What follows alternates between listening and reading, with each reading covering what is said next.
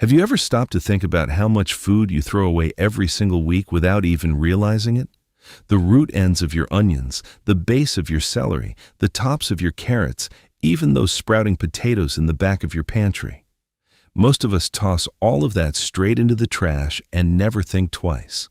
But here's the thing. Those scraps are not garbage. They are free plants waiting to happen. After growing food for over 2 decades, I have found 20 things from your kitchen that can turn into real, honest-to-goodness, free food. And you are probably throwing them away right now. Stick around for number 17 because it is one that blows people's minds. And I have got a bonus tip at the end that is going to make every single one of these kitchen scraps grow faster and stronger. First up on our list is green onions. And if you have never regrown anything from kitchen scraps before, this is the one that is going to make you a believer. Next time you buy a bunch of scallions at the store, use the green tops like you normally would, but save the bottom inch or two with the little white roots still attached. Place those root ends in a small glass with about ½ an inch of water. Set it on a sunny windowsill, and just watch. Within 24 hours, you will already see new green growth pushing out from the top. By day 3 or 4, you will have a couple of inches of fresh green onion ready to snip. It is genuinely the fastest and most satisfying regrowing project you can try. Change the water every other day, and a single bunch of green onions from the store can give you 3, 4, even 5 rounds of regrowth. You can also transplant them into a small pot of soil for an even longer supply. There is absolutely no reason to ever buy green onions more than once. The second kitchen scrap I want you to stop throwing away is the base of romaine lettuce. This one is almost as easy as green onions, and the results are surprisingly impressive. When you chop up a head of romaine for a salad, save the bottom 2 inches, that chunky base where all the leaves were attached. Place it cut side up in a shallow dish with about ½ an inch of water. Keep it in a bright spot, and within just 2 to 3 days, you will see brand new baby leaves unfurling from the center. It is like watching a tiny miracle right on your kitchen counter. Now, I want to be upfront with you. You are not going to grow a full grocery store-sized head of romaine from this. What you will get is a nice handful of tender, fresh leaves that are perfect for sandwiches, small salads, and garnishes. Once the leaves are a few inches tall, you can transplant the base into a pot of moist potting mix for even more growth. Romaine does best in cool weather, thriving in temperatures between 55 and 65 degrees Fahrenheit, so spring and fall are ideal. It grows well in USDA zones 2 through 10, depending on the season. Number 3 is one of my absolute favorites, and that is celery. Most people chop off the celery base and throw it right in the trash, and that is a real missed opportunity. Save the bottom 2 inches of your celery bunch, place it cut side up in a shallow dish of water, and set it on a bright windowsill. Within a couple of days, tiny new stalks will start growing from the very center. It honestly looks like magic.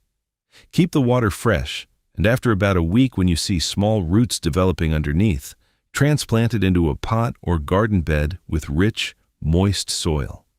Celery likes consistent moisture and cool temperatures. It does best in USDA zones 2 through 10 and prefers a spot with morning sun and afternoon shade in warmer climates. While the regrown stalks will be thinner than what you buy at the store, they have fantastic flavor and are perfect for soups, stir-fries, and snacking. One celery base from the grocery store can give you months of continuous harvesting if you keep it happy. Now, what I have been sharing with you today are some of the easiest kitchen scraps to regrow. Everything I have covered so far is a solid start, but it is really just scratching the surface. If you want the full system laid out step by step, I put together a guide called the 30-Day Kitchen Scrap Garden Protocol. It takes everything I know about growing food from kitchen scraps and organizes it into a day-by-day plan that anyone can follow. It covers which scraps actually regrow successfully and which ones people waste their time on. It walks you through the setup so you get it right from day one. And it gives you a complete 30-day calendar, so there is no guesswork involved. Click the link in the description right below this video. Just scroll down a little and you will see it. Or if you are watching on a television or a computer screen, take out your phone, open up your camera like you are going to take a picture, and hold it up to the QR code on screen right now. A little link will pop up at the top of your phone screen. Just tap that, and it will take you right to the guide. No typing, no searching. Either way works. I honestly think it is the best thing you can do for your garden this season. All right, let us keep going because we have got a lot more to cover. The fourth item from your kitchen that grows into free food is ginger. And this one is an absolute crowd favorite. If you have ever bought a knob of fresh ginger, used a little piece for one recipe, and then let the rest dry out in the back of the fridge, you already have everything you need. Take a fresh ginger rhizome with a few visible bumps or nubs on it. Those are called growth eyes, and let it sit out overnight to dry slightly. Then, plant it about 1 inch deep in a container of warm, moist potting mix with the growth eyes facing upward. Keep it in a warm spot with indirect light, and in about 2 to 3 weeks, you will see green shoots emerging. Ginger is a tropical plant that loves warmth and humidity. It is hardy in USDA zones 8 through 12, but it thrives in containers indoors in cooler climates. After about 8 to 10 months, you can harvest fresh ginger root that is more aromatic and flavorful than anything you will find at the store. One small piece from the produce aisle can turn into a surprisingly large harvest. Coming in at number 5, we have got potatoes. And here's the thing, almost everyone has had a potato start sprouting in the pantry and thrown it away thinking it was ruined. That sprouting potato is actually a free garden starter. Take a potato that has developed eyes, those little bumps or sprouts growing on the surface. Cut it into chunks, making sure each chunk has at least 1 or 2 eyes, and let the cut pieces dry for a day or two until the cut surface heals over. Then, plant them about 4 inches deep in a container or garden bed filled with loose, well-draining soil. As the plants grow, mound soil or straw around the stems to encourage more tuber production. Potatoes are incredibly productive and grow well in USDA zones 3 through 10. In about 70 to 90 days, you can dig up a whole batch of fresh potatoes from a single sprouted spud you would have otherwise tossed. Yukon Gold, red potatoes, and fingerlings all work beautifully for this. The sixth thing from your kitchen you should stop throwing away is garlic, specifically those sprouted garlic cloves. When garlic starts sprouting that little green shoot, most people assume it has gone bad. But that sprout is actually a tiny garlic plant trying to grow. Take individual cloves that are sprouting and plant them about 2 inches deep, pointy end up, in a pot or garden bed with well-draining soil. Each clove will grow into a full new head of garlic. Plant them in the fall for a summer harvest or in early spring for a late summer harvest. Garlic is hardy in USD, A zones 3 through 8, and is one of the most low-maintenance crops you can grow. Just give it decent soil, moderate water, and time. In about 8 to 9 months from fall planting, you will dig up full, beautiful heads of garlic that taste far better than anything from the store. One sprouted head gives you 8 to 12 cloves, and each clove becomes a new head. The math on that is incredible. Number 7 is sweet potatoes, and the regrowing process here is genuinely fun. If you have a sweet potato sitting in your kitchen, you are looking at a free food factory. Take a sweet potato and suspend it halfway in a glass of water using toothpicks, just like a classic science project. Place it in a warm, sunny spot, and within 1 to 2 weeks, you will see slips, those beautiful green shoots growing from the eyes. Once the slips are about 6 inches long and have their own roots, gently twist them off and plant them in rich, well-draining soil. Sweet potatoes need a long, warm growing season of about 90 to 120 days and do best in USDA zones 5 through 11. I recommend using organic sweet potatoes because conventionally grown ones are often treated with a sprout inhibitor. One single sweet potato can produce a dozen or more slips, and each slip grows into a full plant that yields several sweet potatoes. That is an enormous amount of free food from one kitchen scrap. The 8th kitchen item on our list is bok choy, and this one is almost unbelievably easy. When you cook with bok choy, save the bottom 2 inches of the base. Place it cut side up in a shallow dish with about ½ an inch of water and set it in a bright window. Within just 2 to 3 days, you will see fresh, green leaves sprouting from the center. Bok choy regrows aggressively and gives you visible results faster than almost any other kitchen scrap. After about a week, transplant the base into moist, rich soil. Bok choy is a cool season crop that does best in temperatures between 50 and 70 degrees Fahrenheit and grows in USDA zones 2 through 11. Baby bok choy and Shanghai bok choy both regrow beautifully. You will get a nice harvest of tender leaves for stir-fries, soups, and salads from something you were about to throw in the trash. Now, number 9 is lemongrass, and this one is a real treat for anyone who loves Asian cooking. Look for lemongrass stalks in the produce section of your grocery store. You want stalks that still have the thick base intact. Trim the tops down to about 6 inches, peel off any dry outer layers, and place them base down in a glass with about 1 inch of water. Within just a few days, you will see new green growth shooting out of the top and white roots forming at the bottom. It is one of the fastest and most dramatic results you will see.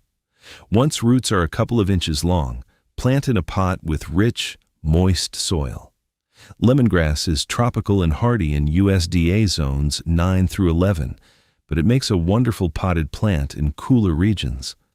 One bundle from the store can multiply into a huge clump that provides fresh lemongrass for years. The 10th thing from your kitchen that grows into free food is the top of a pineapple. I know this one sounds wild, but you can absolutely grow a pineapple plant from the crown you would normally throw away. Next time you buy a fresh pineapple, twist or cut off the leafy top. Peel away a few of the lower leaves to expose the base and let it dry for a day or two. Then, place it in a glass of water, submerging just the base. Roots will develop in 2 to 3 weeks. Once rooted, transplant into a pot with well-draining, slightly acidic soil. Pineapple plants are slow growers, and it can take 2 to 3 years to produce a fruit, but the plant itself is beautiful tropical foliage. Pineapple is hardy in USDA zones 11 through 12, but it does great as an indoor plant in sunny windows. The payoff of eventually harvesting a homegrown pineapple from a scrap is one of the most satisfying experiences in gardening. Coming in at number 11, we have got carrot tops, and I want to be clear about what you are growing here, because this one trips people up. You are not going to grow a new full-size carrot from the top of an old one. What you will grow is a beautiful burst of carrot greens, and those greens are completely edible and delicious. Cut about 1 inch off the top of your carrots where the greens were attached. Place those tops cut side down in a shallow dish of water. Within a few days, fresh, feathery green growth will emerge. Carrot greens taste like a cross between parsley and, well, carrots. They are wonderful in chimichurri, pesto, salads, and as a garnish. You can also transplant the tops into soil for a longer harvest of greens. It is not a huge amount of food, but it is completely free, tastes great, and it is a fantastic project to do with grandkids. The 12th kitchen scrap that deserves a second life is beet tops, and this works almost identically to carrot tops. Save about 1 inch of the top of your beets, place them in a shallow dish of water, and watch as gorgeous red-tinged leaves start growing from the center. Beet greens are incredibly nutritious, packed with vitamins A, C, and K, and they taste wonderful sautéed with a little garlic and olive oil. Once the greens are established, you can transplant the beet top into moist soil for continued growth. Beets are cool season crops that grow in USDA zones 2 through 10. The greens grow quickly and give you a steady supply of free, nutrient-dense food from something you were going to throw away. Number 13 is onion bottoms, And this one is as straightforward as it gets. When you chop an onion, save the bottom ½ inch, the root end with those little dried roots still attached. Let it dry for a day, then plant it root side down in a pot of moist soil, just barely covered. In a few days, green shoots will emerge. Those green shoots are essentially fresh scallion greens and taste fantastic. If you let the plant keep growing, it can eventually form a new small bulb. Onions grow well in USDA zones 3 through 9 and prefer full sun and well-draining soil. You're not going to get a prize-winning onion from a scrap, but you will get plenty of fresh green tops for cooking and potentially a small new bulb. It costs you literally nothing. The 14th item from your kitchen that turns into free food is fennel. If you buy a fennel bulb, use the bulb and the fronds in your cooking, but save the bottom inch of the base with the root end. Place it in a shallow dish of water in a sunny window. Within a few days, new green fronds will sprout from the center. Fennel fronds have a beautiful mild licorice flavor and are wonderful in salads, fish dishes, and as a garnish. Once roots develop, transplant into deep, well-draining soil. Fennel prefers cool weather and does well in USDA zones. We have got leeks, and this one works beautifully. Leeks are in the same family as onions and green onions, and they regrow using the exact same principle. Save the bottom 2 inches of your leeks with the root base attached. Place them root side down in a glass of water, and within just a few days, you will see new green growth emerging from the top. Leeks regrow quickly and with real vigor. Once you see healthy roots developing, transplant into a pot or garden bed with rich, moist soil. Leeks are cool season crops, hardy in USDA, zones 3 through 9, and they prefer consistent moisture. The regrown leeks will be thinner than what you bought at the store, but the flavor is fantastic, and they work perfectly in soups, stews, and quiches. The 16th kitchen scrap you should be saving is tomato seeds. Now, this one takes a different approach than the others, but it is absolutely worth it. Next time you slice a tomato, save a few of those thin slices. Lay them flat on top of a pot filled with moist potting mix. Cover lightly with about 1/4 inch of soil and keep it warm and moist. In about a week to 10 days, you will see tiny tomato seedlings sprouting up. Thin them out so you have a few strong plants and let them grow. Once they are about 6 inches tall, transplant into larger pots or your garden. Tomatoes need full sun and warm temperatures, thriving in USDA zones 3 through 11 during the growing season. One slice of tomato can give you dozens of seedlings. It takes longer than regrowing a green onion, obviously, but the payoff of harvesting fresh tomatoes from seeds you saved from a sandwich is incredibly rewarding. Number 17 is the one I teased at the start, and it is butternut squash seeds. Most people scoop out the seeds and throw them straight in the trash, and I get it because they are slimy and messy. But those seeds are a complete garden waiting to happen. Rinse the seeds clean, let them dry on a paper towel for a day or two, and then plant them about 1 inch deep in a pot of warm, moist potting mix. Keep them in a sunny spot, and in about 7 to 10 days, you will see strong seedlings pushing through. Once the weather is warm and all danger of frost is past, transplant them into your garden or a large container. Butternut squash loves heat and rich soil, and the vines need space to sprawl. So plan for about 50 square feet per plant, or train them up a sturdy trellis. They produce in USDA zones 3 through 9 during the warm season, and each plant can give you several beautiful butternut squash in about 85 to 100 days. We are talking $10, $15, even $20 worth of squash from seeds you are about to throw in the garbage. That is free food at its finest. The 18th kitchen scrap that grows into free food is pepper seeds. This works with almost any pepper you buy at the grocery store. Bell peppers, jalapenos, habaneros, you name it. Next time you cut open a pepper, save some of the seeds from inside. Spread them on a damp paper towel, fold it over, place it in a plastic bag, and keep it in a warm spot. In about 7 to 14 days, you will see the seeds germinating. Once they sprout, plant them in small pots with moist potting mix and give them plenty of light. Peppers love warmth and full sun, and they grow well in USDA zones 4 through 11 during the summer months.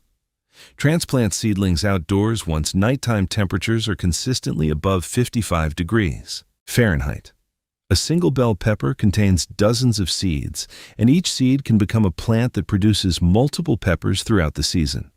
The hot pepper varieties are especially rewarding because those little specialty peppers cost a fortune at the store. Coming in at number 19, we have got basil stems. If you buy one of those fresh basil bundles at the grocery store, you probably use a few leaves and then watch the rest slowly wilt. Here is what you should do instead.